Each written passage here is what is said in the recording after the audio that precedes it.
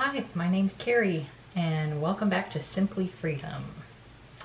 Today I'm going to share a story with you about how I saved over $1,400 in 2012 from non-income sources for Christmas.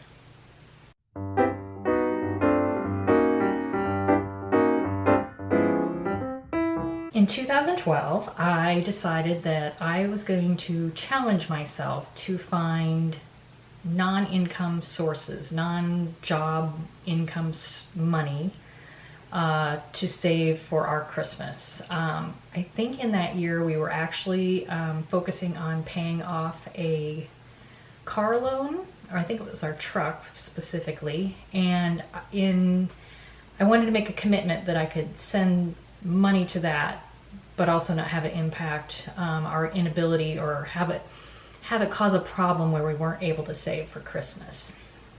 At that time, we gave a lot more gifts at Christmas. My husband has 6 brothers and sisters, and there's lots of nieces and nephews, and we were buying a lot more gifts at that time. So the goal was just to see how much could I save. So I recently came across my journal from back in that time where I was keeping track of everything that we had accumulated. And what's the primary source of that non-income money was SWAGBUCKS. And SWAGBUCKS is an interesting beast. It's getting paid in points for doing certain things on their website.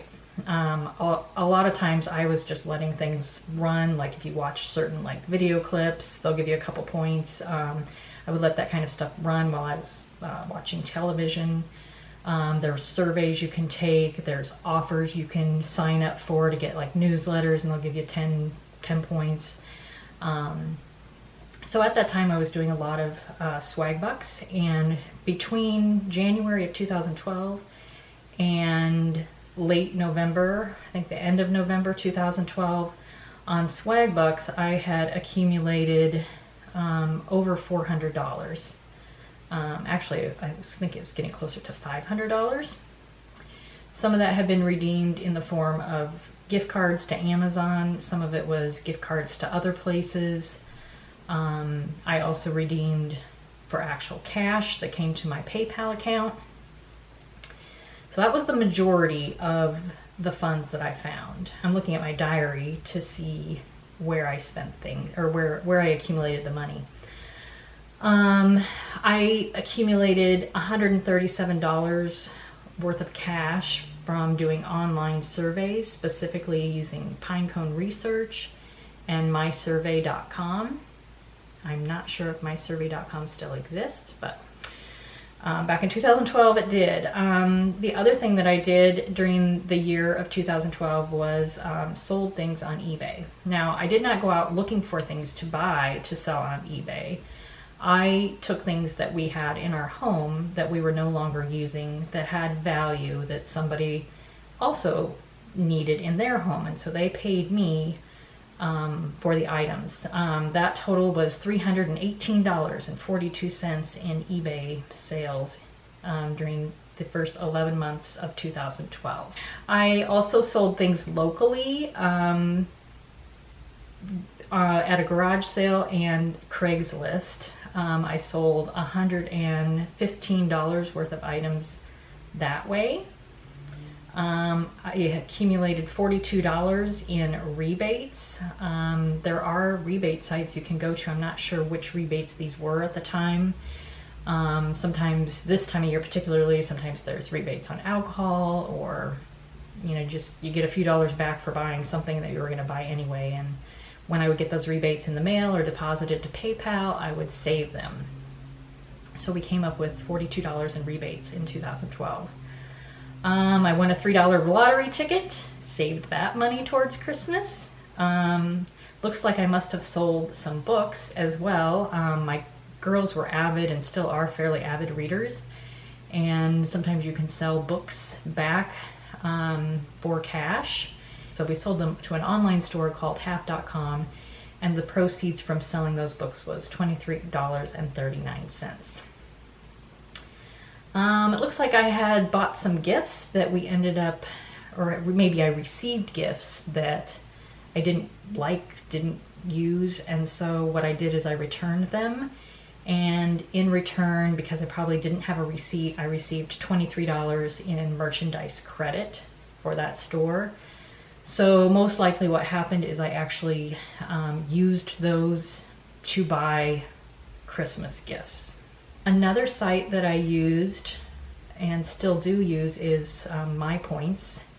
You can also accumulate points through that website, usually reading some emails, sometimes taking surveys, watching videos. I earned $35 in gift cards from My Points in 2012. It does take a while to accumulate, but these small amounts that I'm mentioning add up.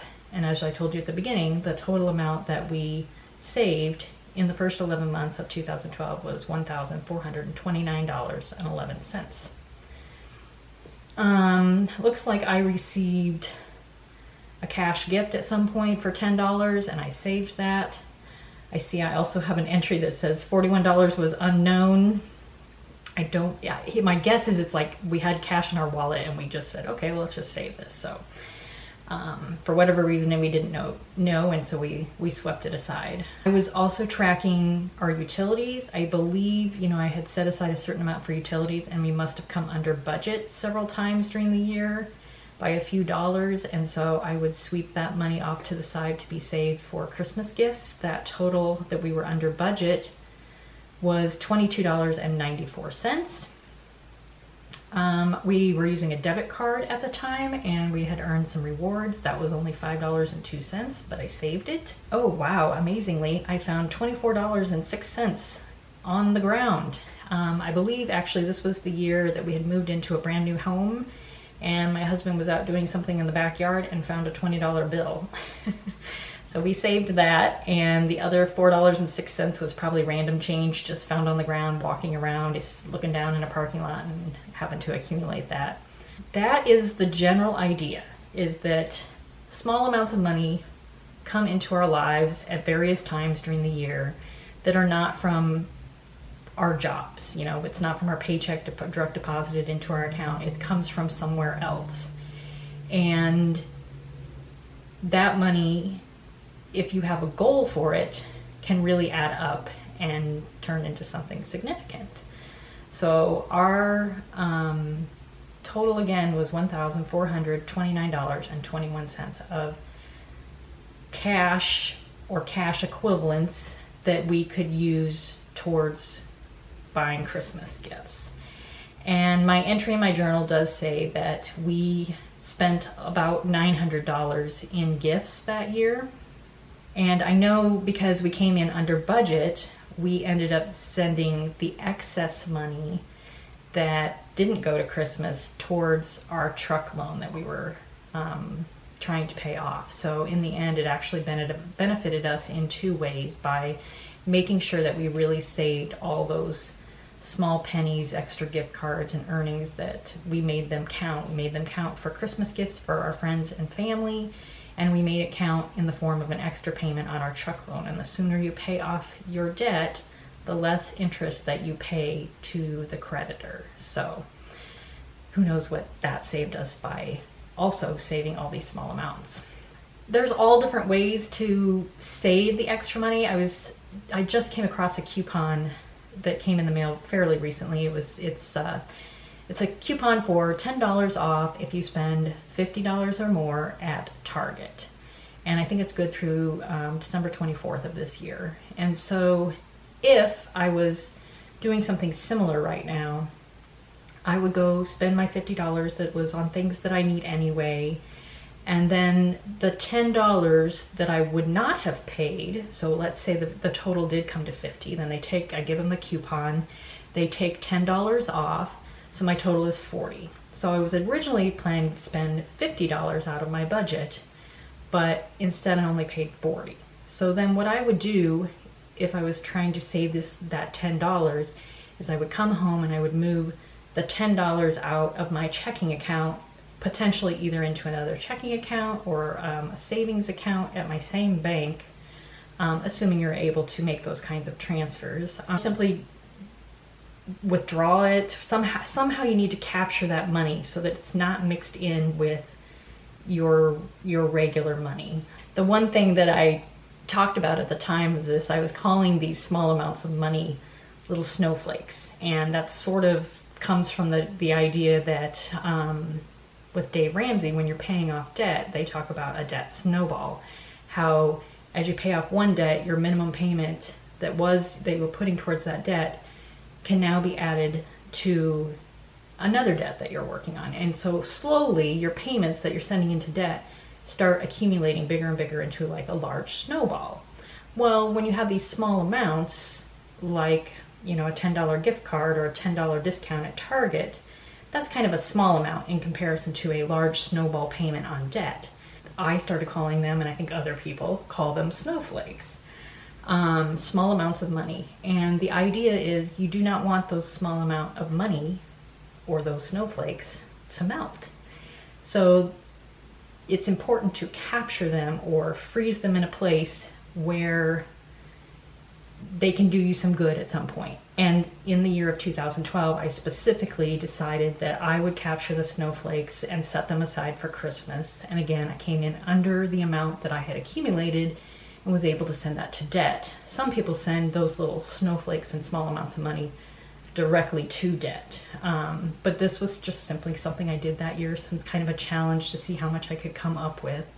And obviously I far exceeded what we needed to spend, and we benefited greatly by being able to make a fairly large extra payment at the end of the year on our truck loan. So I'm hoping that makes sense. I'd be happy to answer questions in the comments about how to capture small amounts of money or snowflakes in order to reach a goal, such as it could be something like saving up for your emergency fund, it could be paying off a debt, could be like a minimum deposit to start an investment, or again something that you're saving up for like Christmas or a vacation.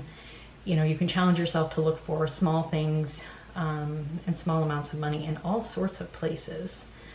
I just make it a game and kind of be constantly on the lookout for small amounts of money. Nobody thinks $5 is anything.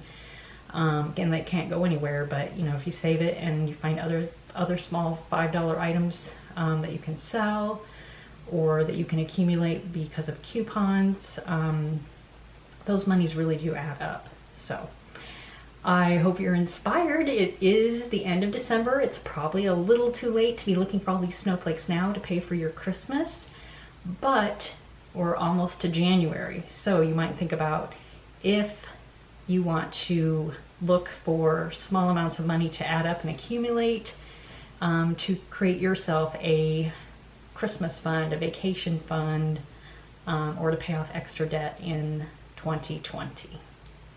So thanks for stopping by. I appreciate you. And if you want to comment down below, if you have ideas or questions, let me know. And please subscribe, and I'll see you again soon.